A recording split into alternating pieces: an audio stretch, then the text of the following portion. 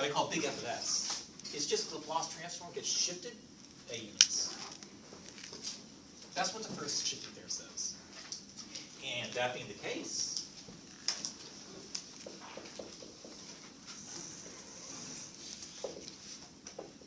you guys, I'm sorry, but I don't want to make this out of thin air. I don't want to waste our time. So if I can cheat and take a peek at some examples I didn't have. How about y double prime plus 4y prime? Plus 6y being equal to, how about an 18t with the following?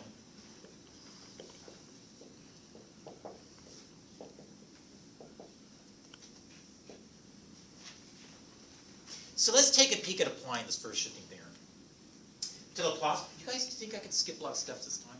Have I had enough practice just solving regular DEs with Laplace transforms? You yell at me if I'm skipping too much. I think another name for the left-hand side is going to be my s squared, Laplace of y, minus my s times y, 0, minus my y prime is 0, plus my 4 times s times the Laplace of y, minus my 4 times y, 0, plus 6 times the Laplace of y, being equal to 18 times, well actually the Laplace of t is going to be 1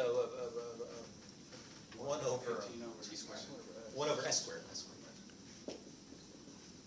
And I maintain the left hand side, I can plug in numbers, and I can combine all my l's into a single term.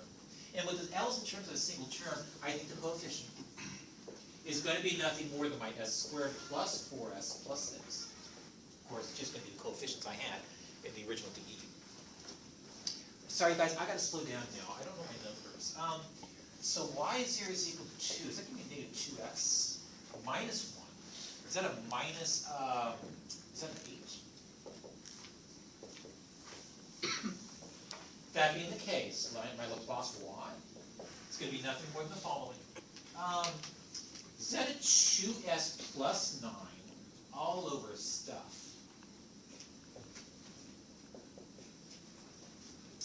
Plus an 18 over s squared times stuff.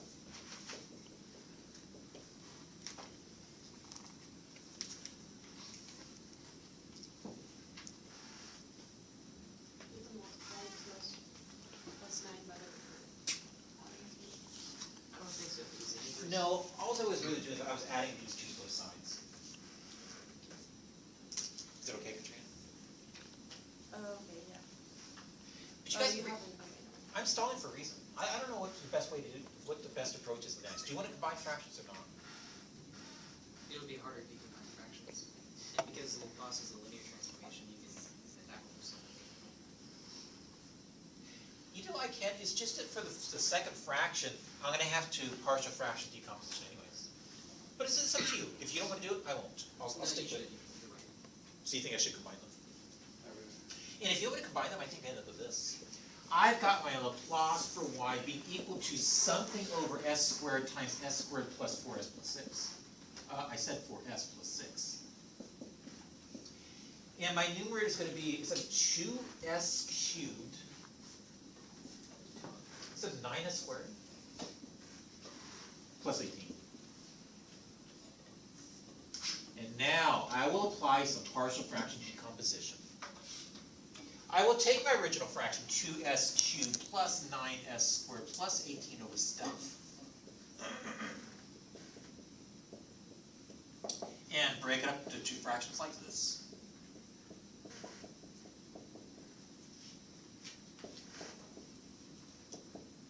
Question. Yes, sir. PFD, you don't have to introduce another factor b over s. Yeah. Or is it just n over s? I know my partial fraction decomposition. Thank you. Oh, My apologies. You do have to. Okay. I do. Well, I take that back. I don't have to, but if I don't, I have to rewrite this as a linear expression like an as plus d. I can do that. But I really did make that mistake after that first term. And if I clear fractions, I think I'm left with this. How about 2s cubed? Being equal to, how about this mess?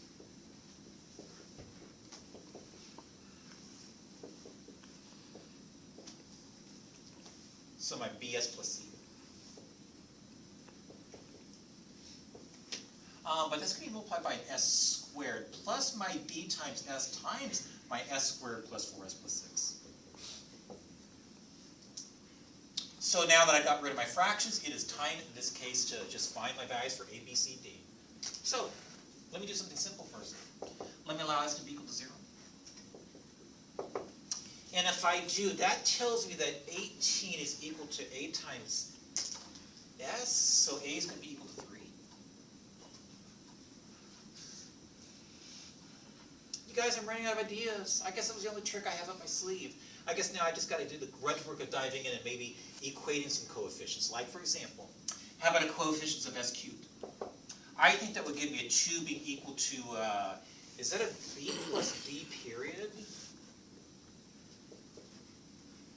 Well, at least for the moment, I guess it doesn't really help because I don't know the value of b or d.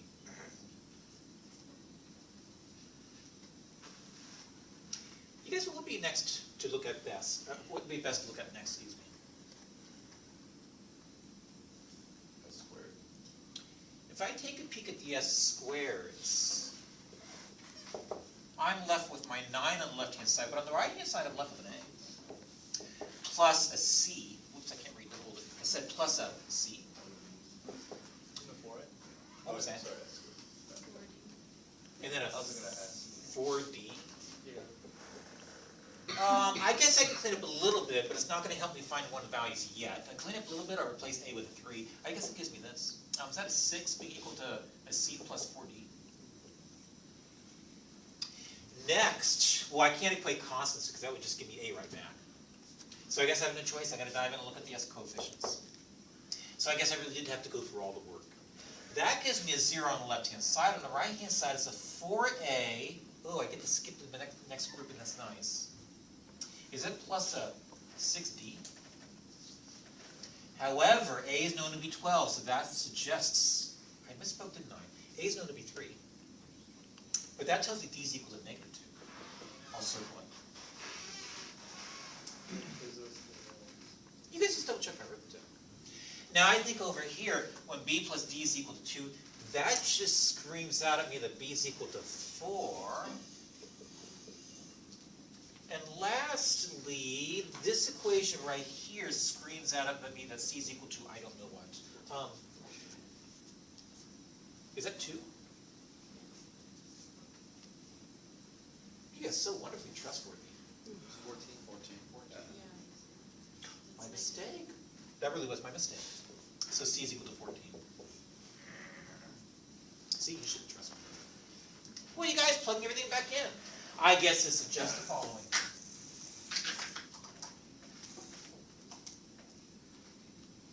We can keep that in this room for one day, just to find out who was really doing this. What we need is like a nanny cam and a teddy bear. We could just like put it on the That's desk true. right there. So you guys let me come back. No one would suspect Oh, the yeah, teddy why is bear. there a teddy Never. bear? That's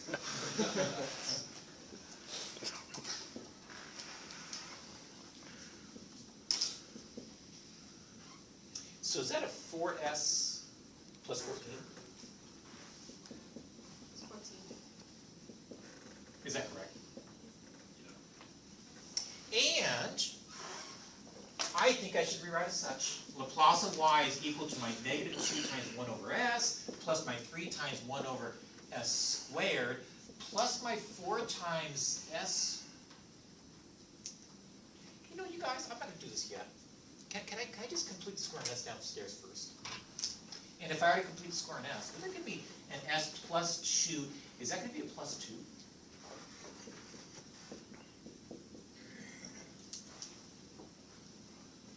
Michael? So could you explain what completing the square is for the denominator? So completing the square. Here's what I really did.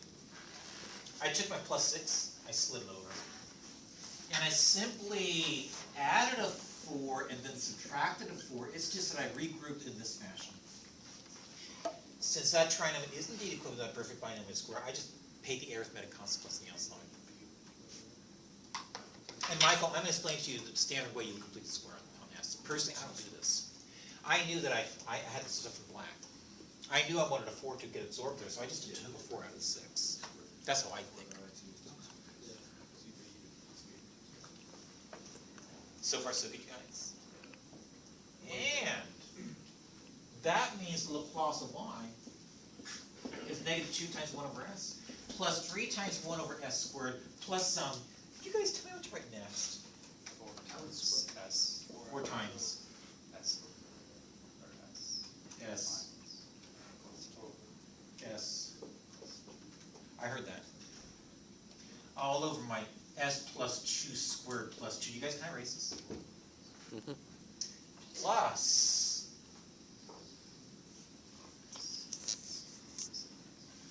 No, that's what you just. Yeah. So, Mark, notice how with the s's, I'm going to have a shifting s plus 2. So I want to see an s plus 2 upstairs. Okay. So with my red pen, I kind of said, well, let me consider 4s plus 4, but that means it's going to be 8 left over. And actually, when I wrote it down, I made another mistake, didn't I? I went 4s plus 8. Oh, goodness. And there's a 4 left over. But when I wrote down these two terms in numerous position, I just factored out the 4. So you can clearly see when I inverse Laplace, this is going to generate a shift with my cosine function. And over here, you guys humor me. What do I really want in the numerous position? 2. I can't hear you. 6. I can't hear you. 4. I can't hear you. 4. 2 squared. I'm so deaf. You said, 2 squared. Square root of 2. I heard that. Okay, so back to where you read 4s plus 8 plus Yes, 4. yes, That's yes. supposed to add back up to 14. Yeah, 8 plus 4 is 14. What are you saying? Sorry. Split fractions of 4. You guys, I've had no sleep again last night. I've been grading all night long. So please, just watch my arithmetic. And I apologize for being so sloppy. But you guys, did you see why I went to root 2 here? No. Oh, you don't? Can I add to my list over here before I finish? I know I'm mid-sentence. I'm not finished with that line over there. What happens when I Laplace e to the 18? You get 1 over s plus 8. What do I get when I Laplace t to the n? And factor 1 over to the n plus 1. What happens when I Laplace, how about the sine of, you guys don't like these, do you? What ATs? What do I got? A over s squared plus 8 squared. What about Laplacing cosine? S over s squared. So Mark, when I inverse Laplace for the sine function, I just turn down here should be an a squared, which means my a squared is equal to 2. Which means a is going to be equal to root 2. I just wanted a root 2 upstairs, so I put it in. I forced it to be there. I know it's not legal, but I really wanted it up there. Now to compensate, I will divide by it and not forget about that coefficient, the black 6 up here. Are you happy with my arithmetic? So now you see, Bryce. And if you do see it, we're done. Let's state the answer. Let's state the solution to the e. I think y as a function in, did I use t's? Is going to be nothing more than negative, 2 good, times, wait, what? plus 3t. 3t. What about over here? You guys watch. Special pair of glasses on. You don't see the plus 2 business. It's just an s over s squared plus 2. If it's just an s over s squared plus 2, wouldn't this inverse Laplace simply give me the cosine of root 2t? You need 2t. Oh, did I forget my 4? 2t? I think it's doing first. Isn't it 2? I think it's. What's it? Wait, hold. No, it was 2. So. You guys, ignore these 2's for a minute. It was a squared. If I were inverse Laplacing this right here, doesn't that give me the cosine of a t? Where a is equal to root 2? Are you sure you're okay? Yeah. All right, I made a mistake. I didn't mean to cross out the plus 2's. Let's put them back in. Because there was a shift in that Laplace transform. To undo it, I'm going to introduce E to the a factor of e. I should have let myself some wrong. So here's my factor of e to the 2. I can do Negative 2. negative 2t times my cosine of root 2t. Are you there? So it's e to the negative at is what you're. Yeah, this is e to the negative at. A is equal to, oh, actually, did I just make a mistake? Would it be e to the positive? Yeah, because if my a is going to be a negative 2, oh no, that's okay. My arithmetic's good. What about over here? 6 over root 2. Okay, but can we clean up a little bit into 3 root 2 times right, I forgot my e, I didn't leave myself some room. So the shifting of e to the negative 2t times Sine of root 2. of my root 2 times t. There's my solution. You guys, I'm in class, it's the first time I'm applying the first shifting theorem, and so I'm a little slow. But you gotta confess, that's not a lot of work. You also have to confess, because of all of what I've generated with calculus, from very step 1 to very step last, is nothing more than a game of algebra. The Laplace transforms really do turn a DE into nothing more than a math D game. Do you guys agree? All right. So help me. What do I need to do next? Do you want to see another example? Yeah. All right.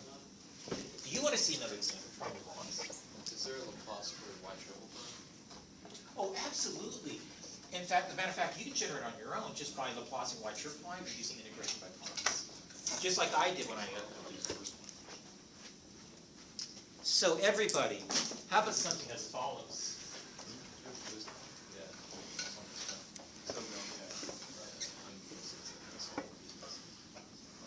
You guys are friends with quiz in here?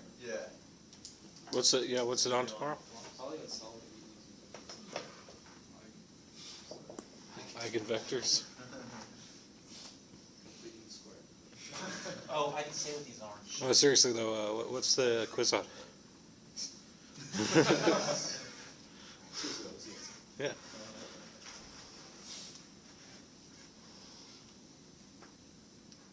I want to spend that much time in class on the quiz, and I think the only things we have applicable for a quiz are the non-homogeneous VDEs, which were really quick, right?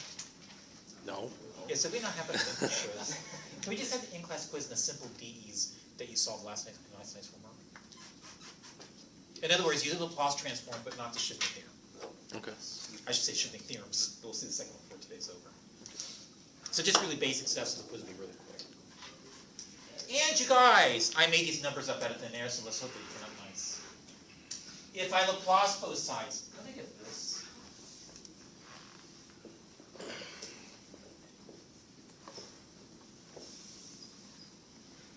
If I can say something. Is that too fast? Okay. Minus my s times y of 0 minus my y prime of 0 minus my y of 0 times negative 2 being equal to 2 times, well, the Laplace v of 3 of t is just 1 over S minus minus 3. perfectly put. And I think that tells me that the Laplace of y, algebraically speaking, is nothing more than, is that an s minus 1 over this? Plus 2 times. Or 2 over s minus 3. Times s squared minus 2s minus 3.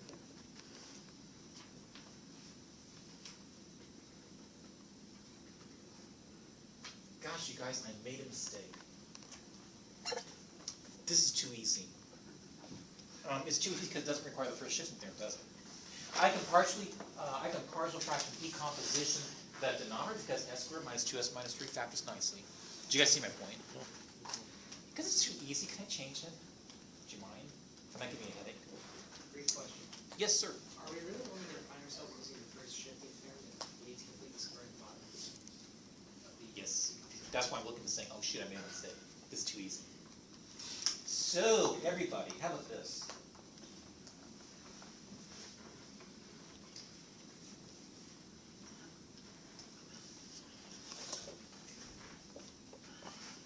If you guys don't mind. That being the case, yet again, on the right-hand side, if I already combine these two into a single fraction, my denominator is going to be the product of this binomial with this trinomial, which, by the way, does not factor. I think of the numerous position. Guys, I'm starting so slow. Is that S cubed? Is that a minus 3s squared? Why do you guys always insist I do all the work? Is that a 3s? I'm afraid I can't see what the factor of s cubed is. You multiply the top of the left by s minus 3, you get a quadratic. Oh, you sorry. I multiplied by the third degree polynomial. I meant to multiply top and bottom by s minus 3. I told you I'm completely off the mark today. Does that give me an s squared? Is that a minus 4s plus 3 plus 2 more is a 5?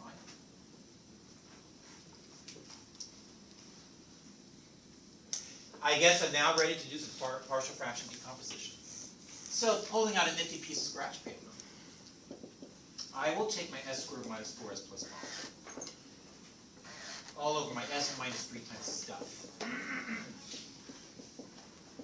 and decompose in this fashion.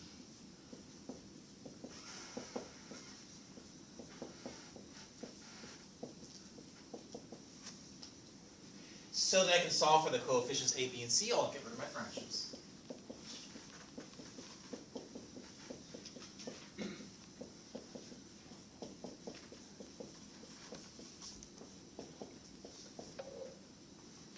And only because I can do this rather quickly, I will now allow a to be, or excuse me, s to be positive 3. But jeepers, you guys, numerically speaking, let's see what that gives me.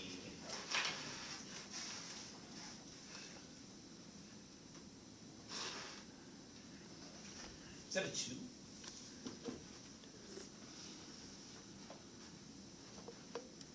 Is that a 6a? Suggesting that a itself is going to be 1/3. I'll circle to be done with it. I also think that if I were to, I don't know, you guys, how many equating coefficients of s squared? Doesn't that tell me that 1 is equal to a plus, is that b? Ooh, how nice. That means b is equal to 2/3. And lastly, if I'm going to mess with c's, let's look at constants. Because that would tell me that positive 5 is equal to 3a minus 3c. Or shall I say 5 is equal to, is that a positive 1 minus 3c? So that c is merely a negative 4/3? I think. Wow, that has become a non-Euclidean plane. Look at that. Sorry. And I suggest that if I put this all back into my equation, I generate the following. I've got my Laplace of y.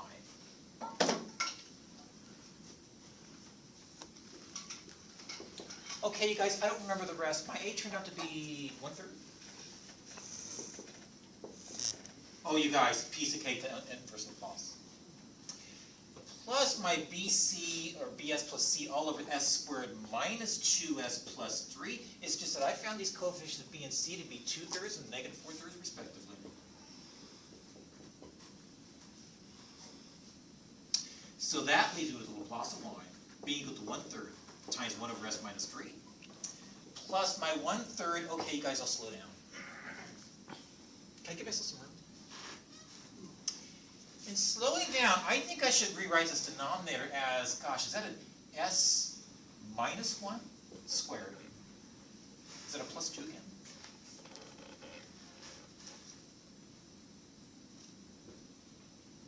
And if you're okay with my basic algebra, then I think upstairs I should probably write this as a 2 that was a big Well, you guys. Minus 1. Minus 2. So when I factor 2, I get this minus 1. But that's going to leave me with, is that a minus 1/3 times my s minus 1 squared plus 2. Well, yet again, you guys, what do I want in the numerator position? I can't hear you. Square root of 2. Oh, but I don't have that.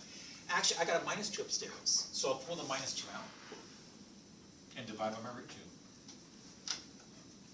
As long as you're okay with my arithmetic.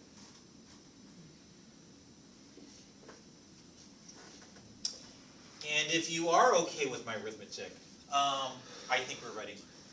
Because I think inverse Laplace simply is going to give me term by term 1/3 e to the 3t. Plus, I'll pull out the 2, I've got a 2/3 times. Well, inverse Laplace of s over s squared plus 2 is simply going to give me the cosine of the square root of 2 times t. But I'm doing the shift, the inverse Laplace transform gives me an extra factor of e to the t because a is equal to positive f. Over here, I've got my minus, is that a 2 over, excuse me, a root 2 over 3. But inverse Laplacing a root 2 over s squared plus 2 is simply going to give me the sine of root 2t. But again, undoing that shift with the inverse Laplace, it's going to introduce another factor of e to the a times t. Not bad, is it? And if not, ooh, you guys, let me do something else.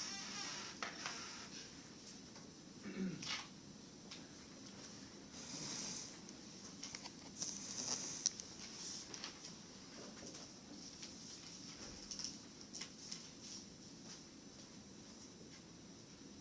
I ask a question? Yes, sir. From this point on, are we just learning more tricks to solve DEs? Or is there something fundamental that we're going to conceptually? Nothing major. In this chapter, anyways, all I'm really going to do is dive into solving DEs. I'll come up with 4 tricks in that I will be conveniently being able to solve DEs for which I've got piecewise defined functions, which is what I'm getting to next. In the next chapter, I'm not going to really do anything different. I'm just going to have more techniques of solving DEs. It's just that in the semester 5 time, I want to go back and pick up a few sections here and there that are really interesting things that are not necessarily solving DEs. Like, for example, one thing I really want to do, you guys, I want to talk about taking conic sections and rotating them. Which you guys did back in the standard trigonometry course. We're just going to do it in a more sophisticated fashion. You didn't do it in trigonometry course. How many rotated axes with conic sections? Whoa, cheapers. What does it mean? It means a lot. We did conic sections, but we didn't rotate axes in either college algebra or trigonometry. Yeah, not a college algebra, because you need trig functions. Yeah. Didn't do it in trig. What's the parabola? Something was this? It's actually, I was actually this looking or at this, right? my trig book, and I realized there was a chapter in my trig book where we jumped into 3-space, but we never even did that in the class. Yeah. Which would have been really nice. I See, think. back in trigonometry, if you studied vector theory only in 2-dimensional space, Yeah. it's a 100% waste of your time. Because any question I can ask you, or any question you can ask me with vectors in 2 space, I can answer with either standard trigonometry or geometry. So it's a complete waste of time. Yeah. So when you take a standard trig course or know somebody's taking a standard trig course, there's no point in discussing vectors unless you jump into higher dimensional space. So you can talk about cross products, orthogonal vectors. So you can talk about equations of planes, things like that. I was talking with Ray downstairs, and he said that they're just not even going to do vectors this semester in this trig class. They don't have time. Yeah. Anyway, I'll come back. Really?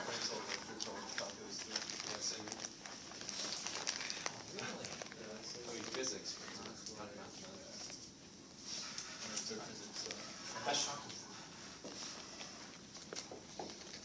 So you guys, let me talk about some basics. If I have a graph that looks like this, which by the way is very pertinent, this could represent me flipping on a switch after 8 timeliness, 8 seconds.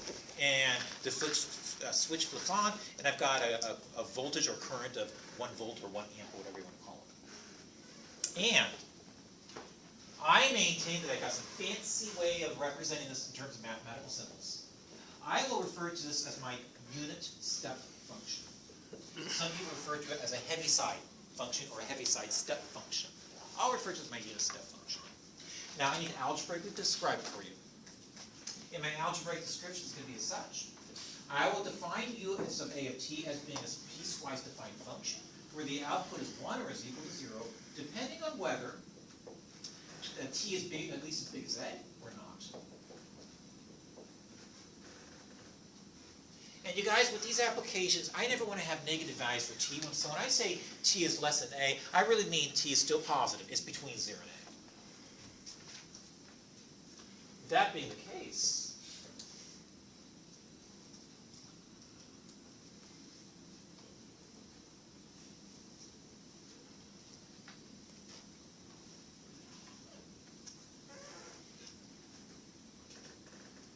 What was the name of this function? I don't know. I've got a lot of I Z's. decided what was the So unit step function?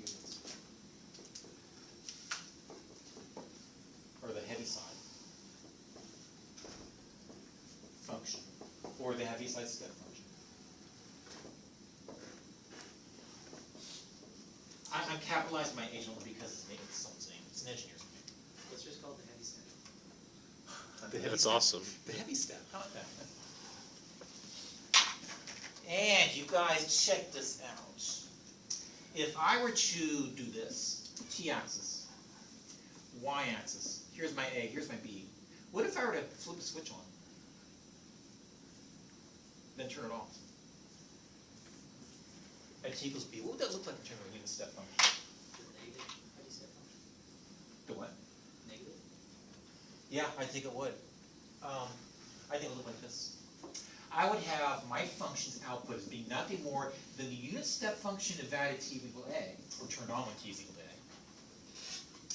But I think when t is equal to b, I'll shut it off. Well, you don't just. Don't just what? It's not all. You have to define piecewise. For T. Quite the contrary. That's the beauty behind this notation, is if I use this notation right here, I don't have to represent it in terms of a piecewise defined function. That's the whole point. So I'm trying to get away from that, to be honest. And so, Chris, I'm being really gimmicky. I'm saying, treat this as a man-made definition. It's just when you see it, we understand what it really represents. Michael? So is that similar to like a potential difference, I guess, when the switch is on and off? You know, I'm just not being that complex. I'm just saying, yeah, I just started to switch off, period. Nothing more. Professor, Yes, sir. so you said that you're not going to define the U of B in terms of T? I could. I'm just saying, isn't it nice the way I'm doing it? So I don't have to use a piecewise defined description of these unit step functions. I can just call them what they are. You're just going to leave it like that? Or for now? Yeah, I am, because I'm going to show you what happens when we Laplace them. So when I Laplace them, I don't have to worry about the piecewise defined descriptions of these functions. I can just cut to the chase. It's going to be a nice way of doing it. Any other questions? What are you defining use of B as? I think use of B is this. Use of B is turning on a switch when t is at least as big as b, but not having it on if t is less than b. So think about what this really says. I flipped the switch on at t equals a, but at t equals b, I flipped it on, if you really want to think of it that way, in the negative direction, which means I turned it off. I subtract one from all the outputs, get me back to 0 again, beyond b. And I maintain, you guys, this is going to make my life easy, because with that list over here, if I were to Laplace a unit step function starting at t equals a on for some function f, then what I end up getting is nothing more than, you guys, I've just added the list that you have along. So all I'm really going to end up with is my Laplace of f, but multiplied by this factor. Oh, by the way, since I'm turning my switch on at t equals a, I necessarily want to consider a shift by a units for the input of the function lowercase f. This is so important, I'm going to give it a name.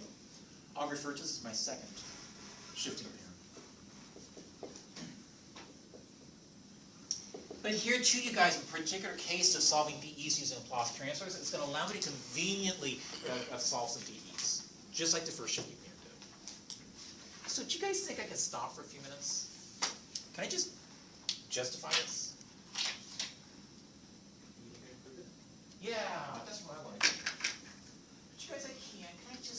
Can I be this clumsy today? Can I just take another 2-minute break? Can I just slide in next door? Grab a decent pen. Oh, gee, thank you very much. There's like 8 right there. Yeah, there are 8 right there. I want to throw them away at the end of class. Well, if I'm going to Laplace my unit step function turning on t equals a of my function f, you've added here. You guys know tricks just by definition. Oh, Mr. Rooney. Just by definition, I think I get this. This improper integral of my unit step function, my f of t minus a. Oh, by the way, that e to the negative st.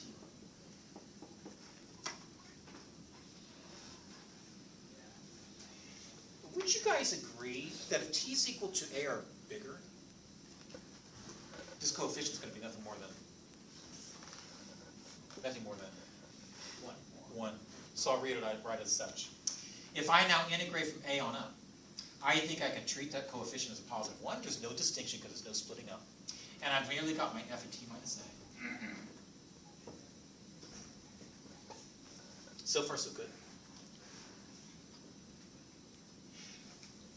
Now, if I were to come in and rewrite this in such a way that t minus a is being replaced with an x, doesn't this suggest that I've simply taken my t minus a, replacing with an x? Oh shoot, you guys, you know what's going to happen though? Darn it. My bounds of integration are going to change. Let's do this. T used to be a, but if t is equal to a, what's the corresponding new value for x? What? Say it again. 0. I think it's going to be 0.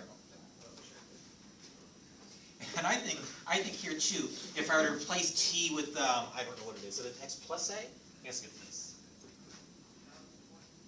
But with that nice clean linear relationship, I think dt is equivalent to dx. But isn't this nothing more than the proper integral of 0 on up of my f of x e to the, well, you know you guys, the s and a are just constants.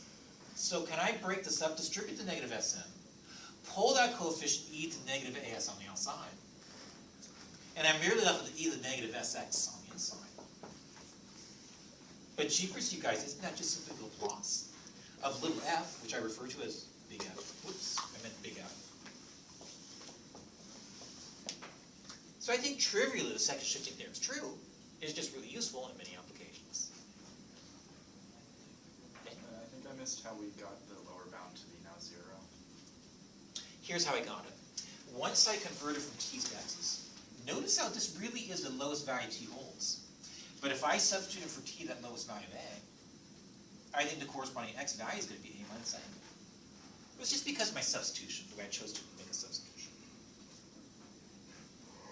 Well, if you guys are okay, then let me play. So,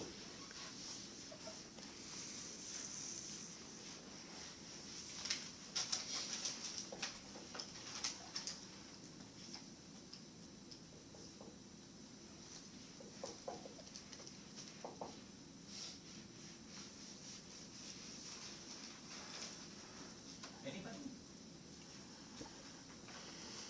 Really? Just with the result of second shifting theorem. It's not a DE yet. Just apply the Laplace. What do you get?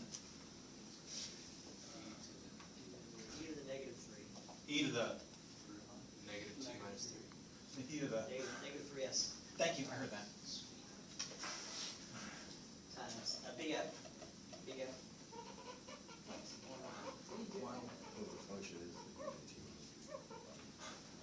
S plus t minus 3. Minus t plus 3. I heard that. Thank you. You guys okay with that? No. Ay, ay, ay. All right. Let's break this apart. Here's my little f. My function little f is value t. But just e to the 1 times t. So watch my clumsy hands, you guys. Watch. No unit step function, no translation. Isn't the Laplace that function just 1 over s? Excuse me, 1 over s minus 1. Yeah. Because the coefficient of t is 1. Yeah. That's where I got my 1 over s minus 1. It's just that because you use a step function here, and I had the corresponding translation that introduces that factor of e to the negative s over there in green on the right-hand side. Is that okay? No, sorry. Really? You don't like it? Chris, do this. Wait, so when you get the inverse Laplace of e to the t minus 3, you're left with 1 over s minus 1, even though that would be the inverse Laplace of e to the t, not e to the t minus 3. That's true. But when I Laplace, notice that there's already a pre-existing shift in that function little f. So big F of s